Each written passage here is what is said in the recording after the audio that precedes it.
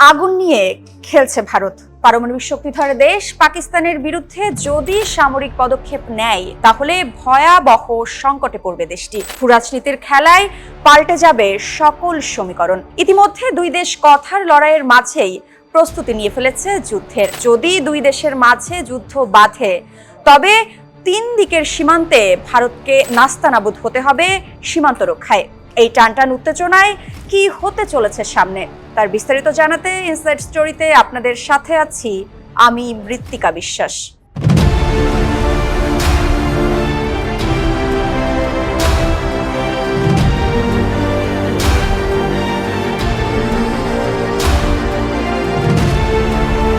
ভারতের অভ্যন্তরেই যখন দারিদ্র্য, বেকারত্ব আর সাম্প্রদায়িক বিভাজনের আগুন দাও দাও করে জ্বলছে, ঠিক তখনই সীমান্তে উত্তেজনা বাড়িয়ে পাকিস্তানকে শত্রু জ্ঞান করে পদক্ষেপ নেওয়াটাই ভারতের জন্য শাপে বর হতে পারে বলে এরই মধ্যে সতর্ক করেছে সামরিক বিশ্লেষকরা। ভারত ও পাকিস্তানের উত্তেজনা শেষবার যখন সংঘর্ষের রূপ নিয়েছিল তখন ভারতীয় কর্মকর্তারা মুখোমুখি হয়েছিল এক কঠিন বাস্তবতার। কারণ ফুলিয়ে ফাঁপিয়ে দেখানো ভারতের বিশাল সামরিক বাহিনী আদতে যুদ্ধের জন্য মোটেও প্রস্তুত ছিল না। সেই একই আশঙ্কায় এবারও চূড়ান্ত বাস্তবতার মুখে ভারত। সামরিকভাবে যেই পুরনো শত্রু অনেক শক্তিশালী এবং আঘাত এলে এক বিন্দু ছাড় দেবে না, সেই পাকিস্তান সীমান্তে আসন্ন হুমকির জন্য অপ্রস্তুত ভারতীয় বাহিনী।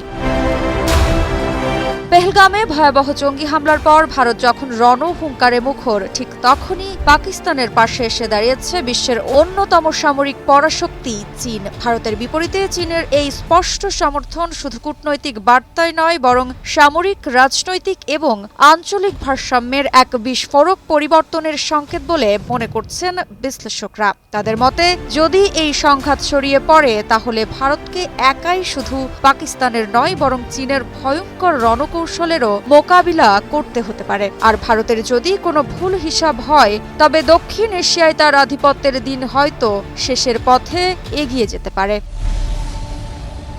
তবে শুধু চীন নয়, ভারতের সাথে সম্ভাব্য যুদ্ধের আশঙ্কা ঘিরে পাকিস্তানকে সরাসরি অস্ত্র যোগান দিচ্ছে তুরস্ক।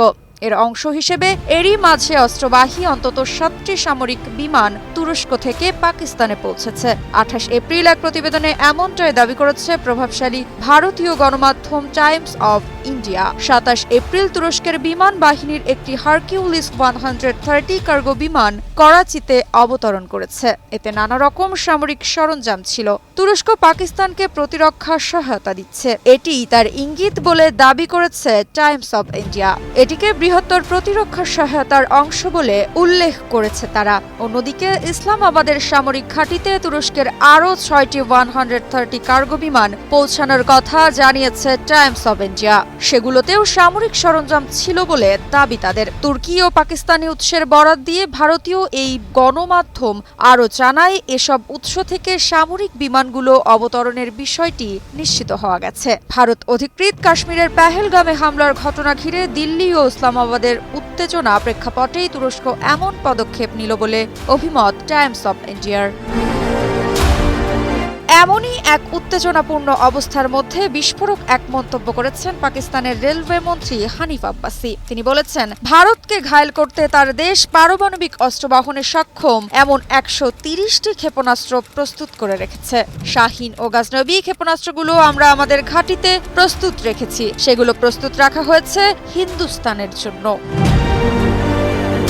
130টি ক্ষেপণাস্ত্র কেবলমাত্র নমুনা হিসেবে রাখা হয়নি। আপনাদের কোনো ধারণাই হবে না যে পাকিস্তানের কোথায় কোথায় সেগুলো মোতায়েন করা হয়েছে। এদিকে রয়টার্সকে দেওয়া সাক্ষাৎকারে পাকিস্তানের প্রতিরক্ষা মন্ত্রী খাজা আসিফ বলেছেন, সর্বোচ্চ সতর্ক অবস্থায় রয়েছে পাকিস্তান। আমাদের অস্তিত্বের ওপর সামরিক হুমকি এলে পারমাণবিক অস্ত্র ব্যবহার করা হবে। পরে সামা টিভিকে দেওয়া এক সাক্ষাৎকারে দ্রুতই যুদ্ধ শুরু হতে পারে উল্লেখ করে পাকিস্তানিদের মানসিক ভাবকে প্রস্তুত থাকার আহ্বান জানিয়েছে খাজা আসিফ। গত 22 এপ্রিল ভারত নিয়ন্ত্রিত কাশ্মীরের পেহেলগামে এক ভয়াবহ জঙ্গি হামলায় কেঁপে ওঠে পুরো অঞ্চল।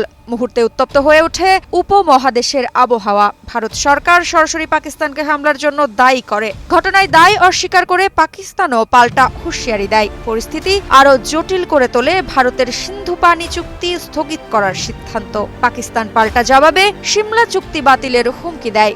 এতেই দুই প্রতিবেশী পারমাণবিক শক্তিধর দেশের মধ্যে যেন যুদ্ধের দামামা বেজে ওঠে।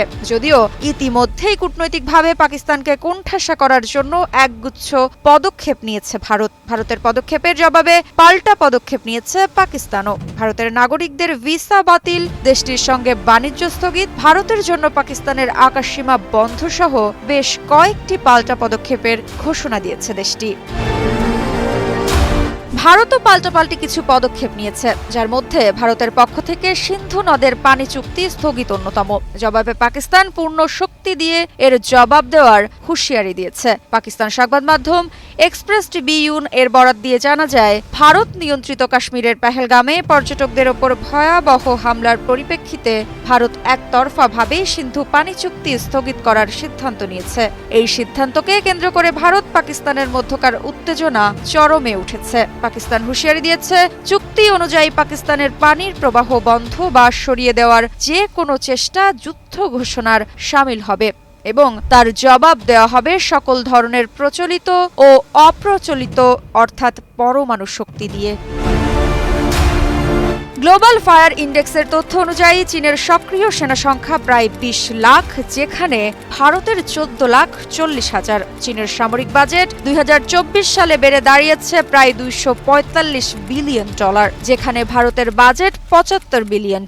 শুধু সেনা সংখ্যা নয়, প্রযুক্তিগত দিক থেকেও চীন এগিয়ে। হাইপারসনিক ক্ষেপণাস্ত্র, স্টেলস প্রযুক্তির যুদ্ধ বিমান, উন্নত নৌবহর, এআই চালিত ড্রোন, সাইবার যুদ্ধ সক্ষমতা এবং মহাকাশ প্রযুক্তিতে চীনের অবস্থান এখন বিশ্বের শীর্ষস্থানে। পাকিস্তান ও চীনের এই যুগল সমর্থন ভারতের জন্য নতুন এক দুঃস্বপ্নের সূচনা হতে পারে। যদি কূটনৈতিকভাবে দরজা বন্ধ হয়ে যায় এবং সংঘাত আরও বাড়ে, তবে দক্ষিণ এশিয়ার ভূরাজনীতিতে ভারতের দীর্ঘস্থায়ী আধিপত্যের ইতি ঘটতে পারে। পাকিস্তানের লাইন অফ কন্ট্রোল সীমান্ত রেখায় যখন পাকিস্তানের বিরুদ্ধে যুদ্ধের প্রস্তুতি নিচ্ছে ভারত, ঠিক অন্য পাশে চীন ভারতকে চাপে রাখতে মরিয়া। ভারতকে এখন প্রস্তুতি নিতে হচ্ছে চীন ও পাকিস্তান এই দুই ফ্রন্টের বিরুদ্ধেই।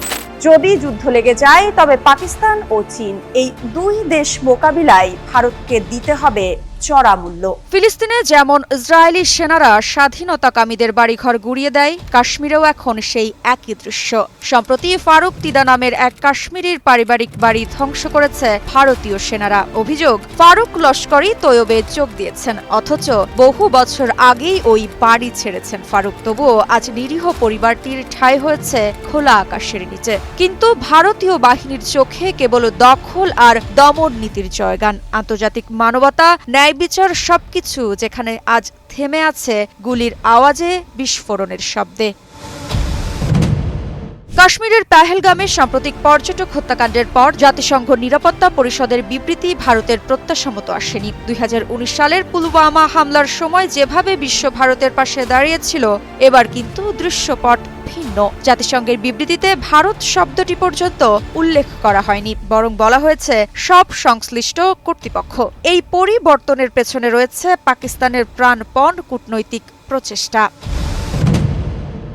দ্য নিউজ ইন্টারন্যাশনাল বলছে, যুক্তরাষ্ট্র কঠোর ভাষায় খসড়া তৈরি করলেও তা সর্বসম্মতভাবে গৃহীত হয়নি। পাকিস্তান সফলভাবে বিবৃতির ভাষা নরম রেখেছে, একই সঙ্গে জম্মু ও কাশ্মীর শব্দদ্বয় যুক্ত করে দিয়েছে। ভারতের পরিকল্পনা ছিল শুধু পেহেলগাম শব্দ ব্যবহার করে অঞ্চলটিকে ভারতের অভ্যন্তরীণ এলাকা হিসেবে প্রতিষ্ঠিত করা, কিন্তু পাকিস্তানের চাপে জম্মু কাশ্মীরের বিতর্কিত মর্যাদা আন্তর্জাতিক ফোরামে আবারও সামনে এসেছে। এই কূটনৈতিক জয় কেবল ভাষাই লেখা নয়, এটি স্পষ্টভাবে আন্তর্জাতিক মহলে ভারতের নীতির অসারতা প্রকাশ করেছে। পাকিস্তানের প্রধানমন্ত্রী শেহবাজ শরীফ শান্তির আহ্বান জানিয়ে স্বচ্ছ তদন্ত অংশগ্রহণের ইচ্ছা প্রকাশ করেছেন, অথচ ভারতীয় নেতৃত্ব প্রতিশোধের আগুনে উন্মাদ হয়ে উঠেছে। একপাশে কূটনৈতিক প্রজ্ঞা, শান্তির আহ্বান, অন্য পাশে নির্মম দখলদারি, দম্ভ ও মানবতা বিধ্বংসী নীতির চিত্র। এই দুই প্রতিবেশী দেশের মধ্যে পার্থক্য আজ স্পষ্ট হয়ে গিয়েছে।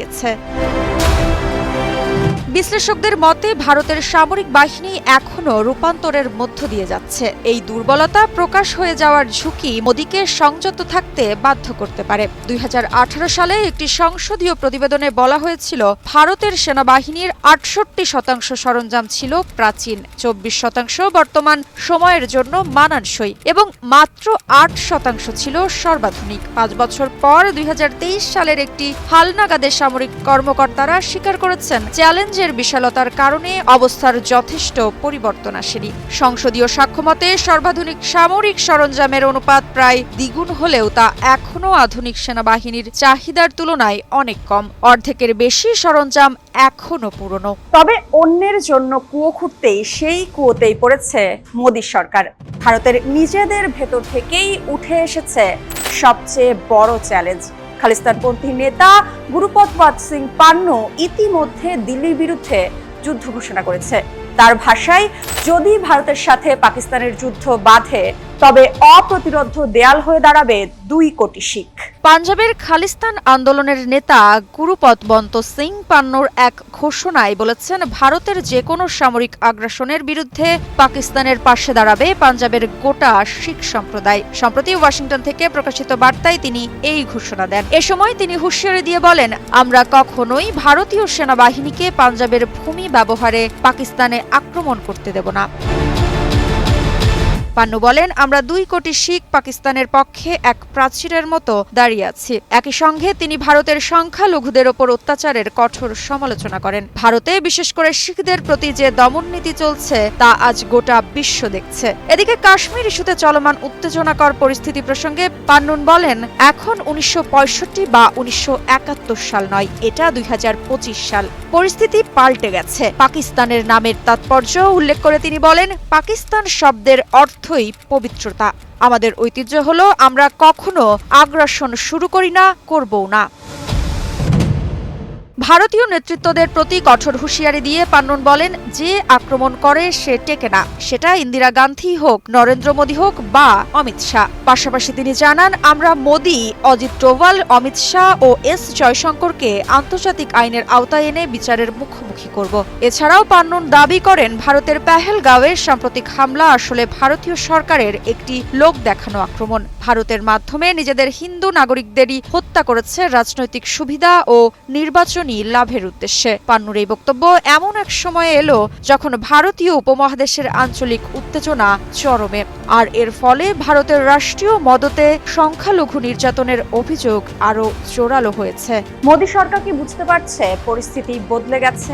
পাকিস্তানের কাছে রয়েছে তুরস্কের আধুনিক অস্ত্র ভান্ডার, চীনের স্ট্র্যাটেজিক ছায়া এবং নিজেদের ভেতর শিখদের থেকে উঠে আসা প্রতিরোধ। কি ঘটতে চলেছে সামনে? নরেন্দ্র মোদীর কারণেই কি 140 কোটি মানুষের ভাগ্য ধ্বংসের পথে?